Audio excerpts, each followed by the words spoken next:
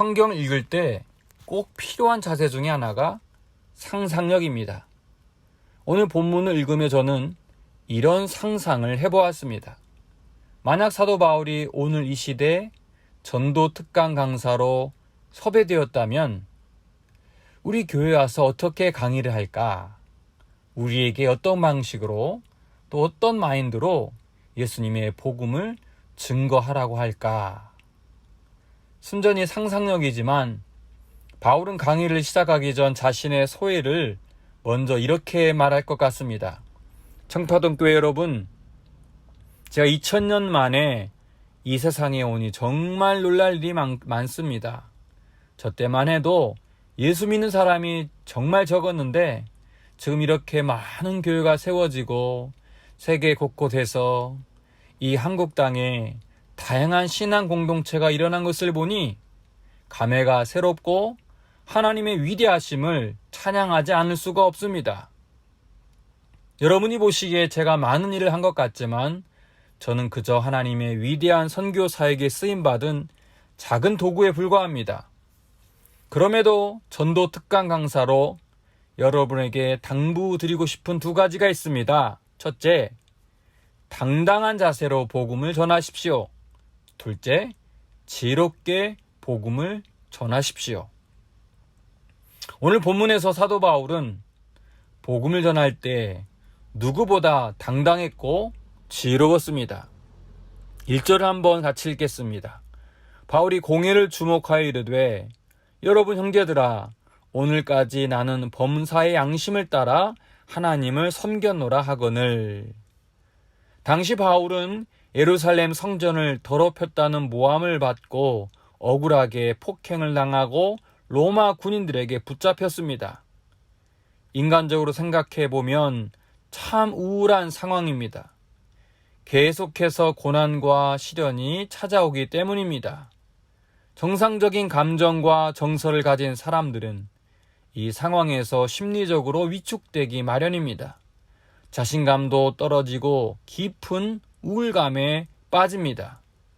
그럼에도 그가 발언권을 얻어 공회 앞에서 말할 때 어떻습니까? 자신감과 당당함으로 충만합니다. 공회에 모여있는 사람들을 정확히 주목하며 자신은 범사의 양심을 따라 하나님을 섬겼노라 라고 말합니다. 당시 공회는 유대인의 최고 의결기관입니다. 당대에 내노라 하는 유대교 지도자들과 율법학자들로 이루어졌습니다. 그들은 바울에게 결코 호의적인 사람들이 아니었습니다. 눈에 쌍심지를 켜고 그의 잘못을 캐내려고 하는 적대적인 사람들이었지요. 그들 앞에서 연설을 하는 것이니 위축될 법도 한데 바울의 모습을 보십시오. 얼마나 당당하게 말을 합니까? 그는 오히려 이것을 복음 전파의 기회로 삼습니다. 여러분, 이 시대 사람들에게 복음 전파하기가 어렵다고 하지요. 실제 길거리나 지하철에 나가 모르는 사람에게 예수님 믿으세요, 예수 천당 불신지옥 이렇게 하면 물론 100% 단정 지을 수는 없지만 사람들의 반응이 결코 호의적이지 않습니다. 지극히 개인화된 사회에서 익명의 사람들에게 복음을 전하는 것이 예전처럼 효과적이지 않습니다. 그럼에도 우리가 잊어서는 안 되는 게 있습니다. 복음에 대한 당당한 자세입니다. 자신감 있는 태도입니다. 오늘 본문에서 바울은 위축될 수 있는 상황입니다.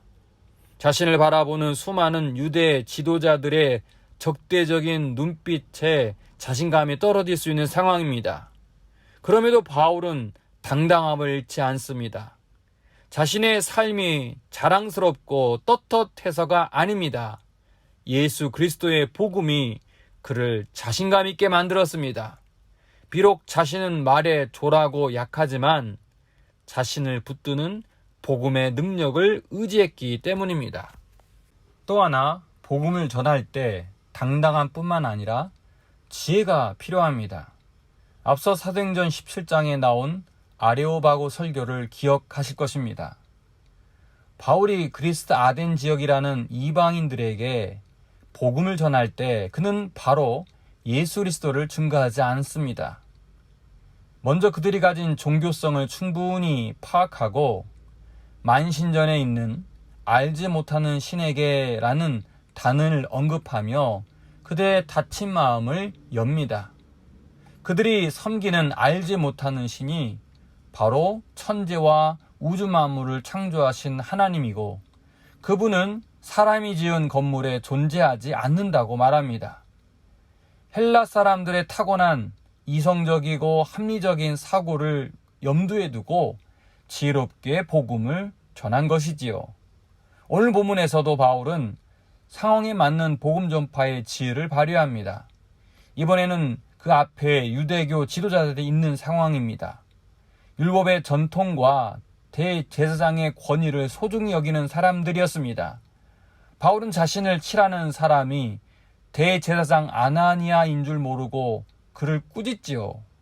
그러자 곁에 선 사람들이 네가 대제사장을 욕하느냐? 라는 말을 듣고 바울은 바로 사과합니다. 5절을 보십시오. 바울이 이르되 형제들아 나는 그가 대제사장인 줄 알지 못하였노라. 기록하였을 때 너의 백성의 관리를 비방하지 말라 하였느니라 하더라. 바울은 억울한 부분이 있었지만 대제사장의 권위를 존중했습니다. 그리고 이후 자신이 과거에 속했던 바리새인의 부활 사상을 앞세워 말을 이어갑니다. 본문 6절입니다. 바울이 그중 일부는 사두개인이요 다른 일부는 바리새인인 줄 알고 공회에서 외쳐 이르되 여러분 형제들아 나는 바리새인이요 또 바리새인의 아들이라 죽은 자의 소망 곧 부활로 말미암아 내가 신문을 받노라. 과거 자신이 몸담았던 바리새파 사람들이 예수의 복음을 받아들이지 않았지만 사두개인들과는 다르게 그들이 부활 신앙이 있다는 것을 잘 알고 있었습니다. 그리고 이것을 적극 활용해서 바리새인과 사두개인으로 이루어진 공회원들 사이에 다툼과 분열을 일으키게 한 것이지요. 처음에는 공회원 모두가 하나같이 바울을 향해 적대적인 감정을 가졌다면 그의 지혜로운 처사로 점점 그의 편에 선 사람이 많아지게 됩니다. 본문 9절입니다. 크게 떠들세 바리새인 편에서 몇 서기관이 일어나 다투어 이르되 우리가 이 사람을 보니 악한 것이 없도다. 혹 영이나 혹 천사가 그에게 말하였으면 어찌 하겠느냐 하여. 우리가 사람들에게 복음을 전할 때 혹은 복음적인 삶을 살아갈 때 바울이 보여준 당당함과 지혜로움이 필요합니다.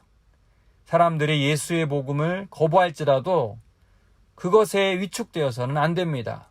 그렇다고 무차별적으로 마구잡이로 전도하라는 것도 아닙니다. 복음은 사자우리에 갇힌 맹수와 같다는 것을 기억해야 합니다. 우리가 걱정할 것은 사람들이 복음을 받아들이지 않으면 어떡하나 이것이 아닙니다. 우리 안에 갇힌 사자를 풀어 놓아 주어야 합니다. 당당하고 지혜롭게 전도하십시오. 이번 11월 첫째 주 추수감사주일에 전도 행사를 계획하고 있습니다. 코로나로 인해 위축된 전도가 바알과 같은 당당함과 지혜로움으로 활성화되기를 바랍니다. 하나님, 전도가 어려운 시대에 여전히 하나님의 복음 전파자가 필요합니다. 두려워하지 않고 당당함과 지혜로움으로 복음을 전하는 그리스도인 되게 하옵소서. 예수님의 이름으로 기도합니다. 아멘.